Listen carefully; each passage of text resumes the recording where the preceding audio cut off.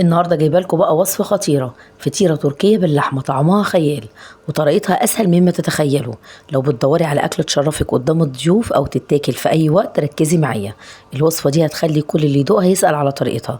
يلا بينا نعمل احلى فطيره تركيه بطريقه ولا اسهل. ما تنسوش تعملوا لايك وتشتركوا في القناه عشان يوصل لكم كل جديد. نسمي الله ونصلي على الرسول صلى الله عليه وسلم ونشوف هنعمل الفطيره التحفه دي ازاي. اول حاجه هعمل احط في حله العجان كوبايه لبن 200 جرام ومعلقه كبيره سكر ومعلقه كبيره خميره، وهقلب بس بالمضرب السلك عشان الخميره والسكر يدوبوا، وبعدين احط معلقتين كبار من الزبادي،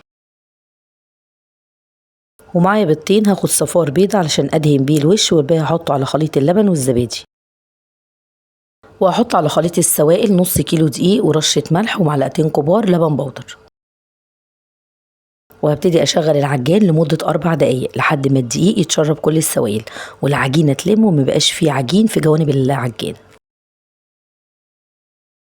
وفي المرحلة دي هحط تلت كوباية زبدة 70 جرام بدرجة حرارة المطبخ. هتلاحظي ان العجينة اتقطعت، ما تقلقيش العجينة لما تتعجن كويس هتلم. وبعدين اشيلها من العجان وارش رشة دقيق واخدمها بايدي بالشكل ده. هتلاحظي ان العجينة طرية جدا وناعمة وبتلزق حبة صغيرين جدا في الايد. هرش رشة دقيق في البولة واحط العجينة واغطيها بستريتش واسيبها تخمر لحد ما اجهز الحشوة.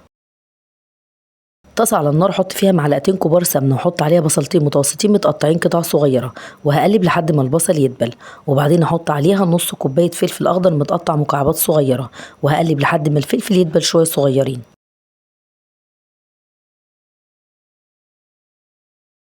وبعدين احط عليها نص كيلو لحمه مفرومه واقلب، وطبعا النار تكون عاليه عشان اللحمه تفضل محتفظه بالعصاره اللي فيها.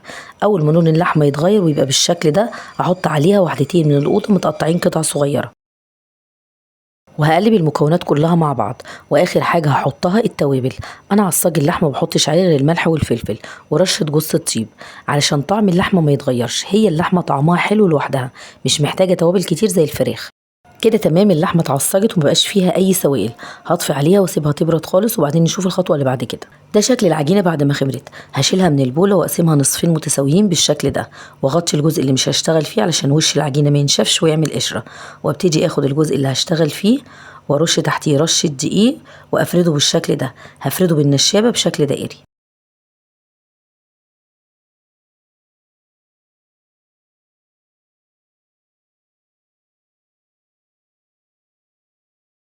واحط قطعة العجين بعد ما فردتها في صينية مدهونة بالزيت، واحط عصاج اللحمة على العجينة وهفردها على العجينة كلها، وهفرد الجزء التاني من العجينة بنفس الطريقة، وده كده سمك العجينة. وبعد ما فردتها هطبقها واحطها على العصاج بالشكل ده، وبعدين اشيل الطرف العجينة اللي فوق احطه على طرف العجينة اللي تحت علشان العجينة تتقفل كويس والحشوة ما تخرجش بره العجينة.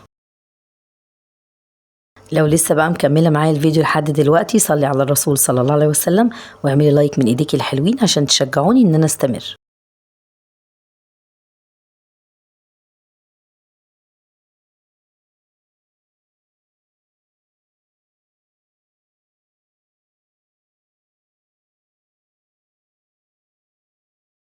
وفي نص العجينة وهعمل الشكل ده بالقطاعة، ولو القطاعة مش متوفرة تقدري تعملي الشكل ده بكوباية أو طبق صغير، وبإيدي وهبتدي أقسمها بالشكل ده، وهعيد على الرسم بالشوكة علشان لما تدخل الفرن وترتفع تفضل محتفظة بنفس الشكل.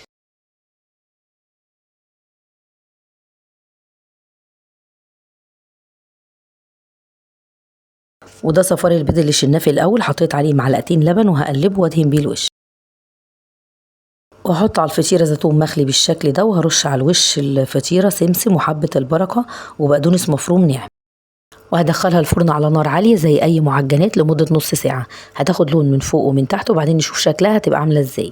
ده شكلها بعد ما خرجت من الفرن، طرية جدا وطعمها روعة. انا قطعتها وهي لسه سخنة، استنوا شوية لما تبرد اللحمة هتتماسك وهتبقى عاملة زي الساندوتش.